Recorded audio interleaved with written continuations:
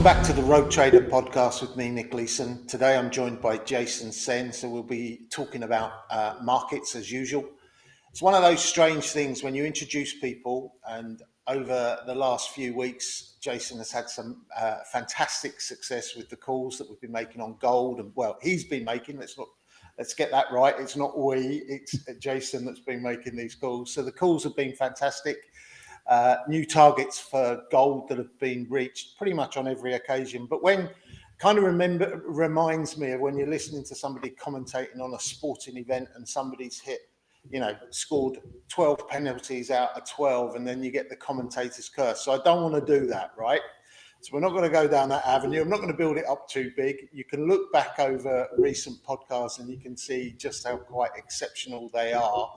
But with gold, Jason, actually, let's go back a step. I know this weekend you're going to the Prop Trading Show in London. Do you want to tell us a little bit about that and what you're going to be doing there? I think it's a fantastic opportunity for people, if they are in London, to get down, see you in person and listen to what you're doing.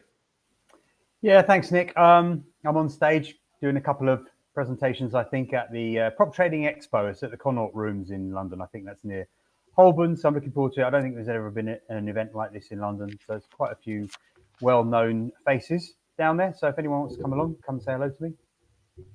Yeah, look, and I, for one, certainly recommend that. The subject to gold, Jason, I suppose it's the one that that occupies our mind. If you're long gold, it's the gift that keeps on giving. If you're silly enough to be short gold, as I usually am, it's the gift that keeps taking away. Like I've had a tough couple of days this week. I had a fantastic week last week where there was a bit of two-way movement. Gold did rally higher but fell away, which was good for me. But this week it has just been, one direction. It's been sustained throughout Monday and Tuesday, and we're just topping new highs all of the time. Slight pullback yesterday after some comments by Jerome Powell. But what do you see, and where are these next targets that you're looking for with gold? Well, as you say, Nick, it does not stop. It consolidates and goes sideways, and then it breaks up and just keeps going. Right now, very, very, very short term. Let's zoom, go 4 hours just so we get a bigger perspective. Yeah. But we hit a new all-time high yesterday, 37.90, 37.91. We've dipped back to the very first fib level. I mean, this gives you a bit of a perspective. This goes all the way back to July. So yeah, we've had a real good run, and we get a correction. But look, it's just a tiny correction. The first Fibonacci level that I've got at 37.53, that was pretty much bang on the low for the correction overnight or late evening. I jumped back in there actually, funnily enough, at that time.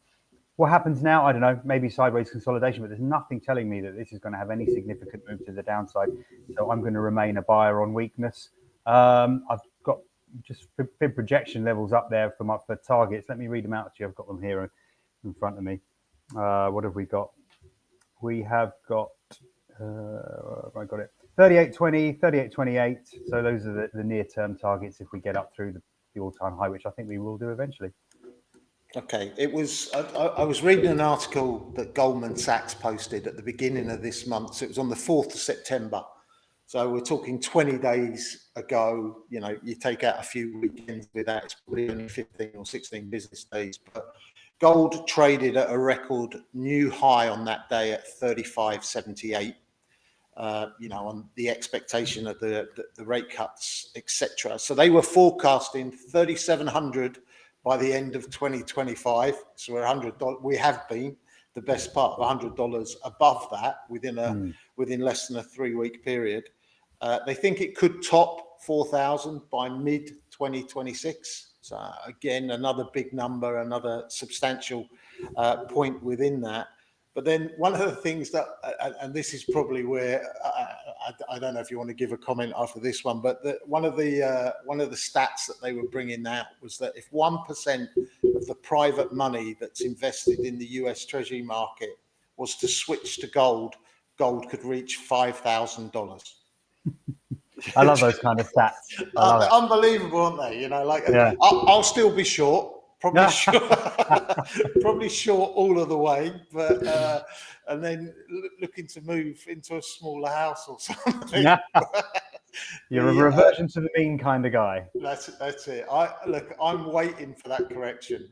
Consolidation doesn't work for me. I need a correction. I need somebody profit taking, and it probably needs to be Goldman Sachs, but they seem to be in the opposite frame of mind for than me at the moment. But yeah, no, look, I live in hope. It might be a silly move, but I live in hope. Just the other one, Jason, that I wanted to touch on was we'll probably look at Bitcoin next, if you don't mind. The thing, just in speaking to you over the last few weeks, is 112,000 has been, a key level. It's one that we pulled back to, I think, on the last time that we spoke, and then the market rallied up to 115, 116, which is what you were calling at that time. But we're back down to 112, and just, is it getting to be a key pivot level in everything that you're seeing from a chart perspective, and where do you see that going next? Yep, let me just get that up for you, because actually we've got some interesting levels. The chart does look a little bit confusing, but I might be able to. Oh, hang on, give me a second. There we go. Okay. Can you? Let me just check. I've got that on the screen. No, I haven't. 1 second.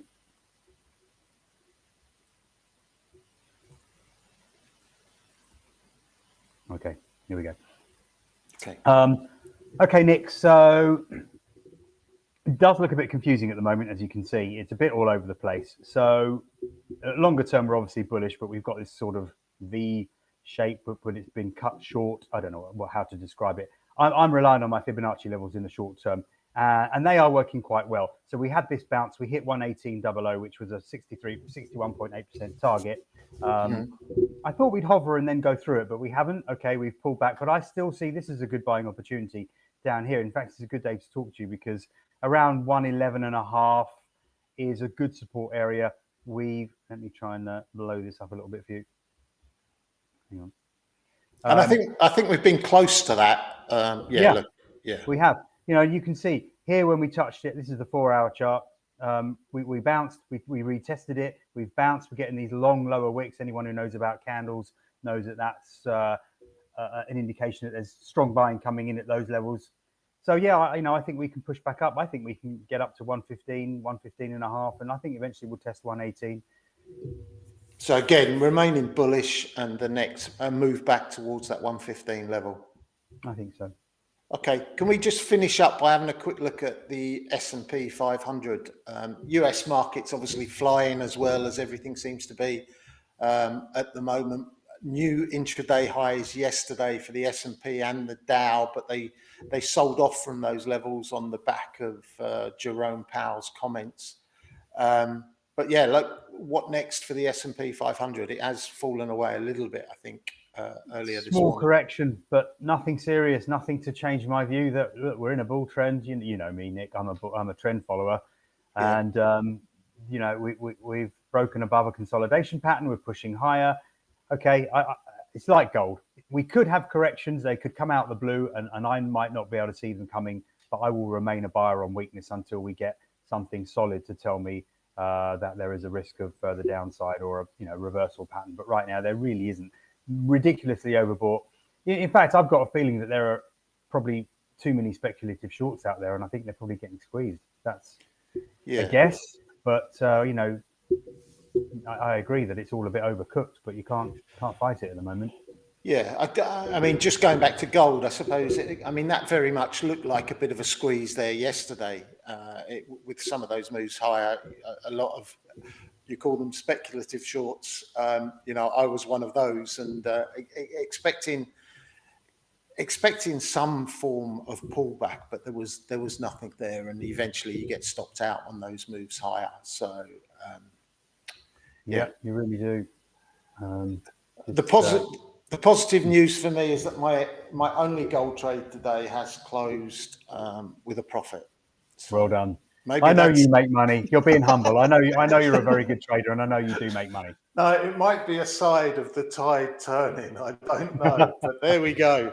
I can't give you any technical data to support that anyway. So look, let's end there. Still very much in a bull run and a positive phase of all of these markets.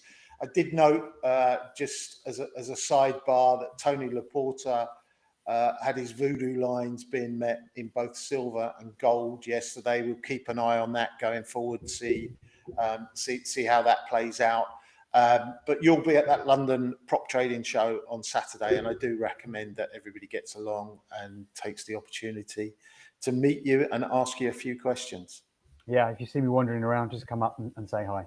All right. Thank you very much, Jason. Speak again soon. Cheers, Nick. Take care, mate.